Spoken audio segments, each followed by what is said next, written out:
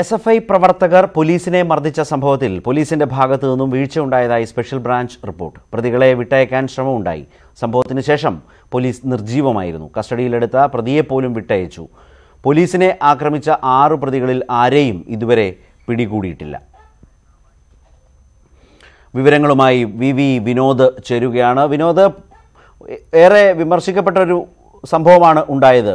വലിയ വീഴ്ചയാണോ പോലീസിന് ഇക്കാര്യത്തിൽ സംഭവിച്ചു എന്നാണോ സ്പെഷ്യൽ ബ്രാഞ്ച് റിപ്പോർട്ട്? ഒരാളെയും ഇതുവരെയും പിടികൂടാനായിട്ടില്ലെന്നാണോ? ദൃശ്യങ്ങൾ സഹിതം പുറത്തു വന്നിരുന്നല്ലോ.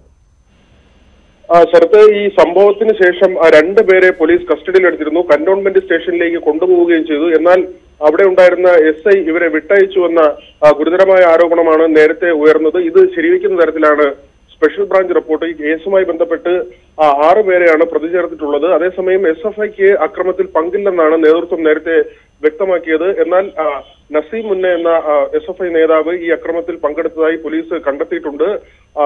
നസീം മുന്ന തിരുവനന്തപുരം യൂണിവേഴ്സിറ്റി കോളേജ് യൂണിയൻ പ്രസിഡന്റാണ്. അദ്ദേഹം നേരത്തെ ചെയർമാനായിരുന്നു. തിരുവനന്തപുരം ജില്ലാ കമ്മിറ്റി അംഗവുമാണ്.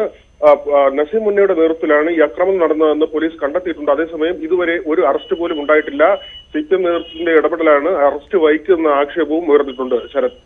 ശരി വിനോദ്.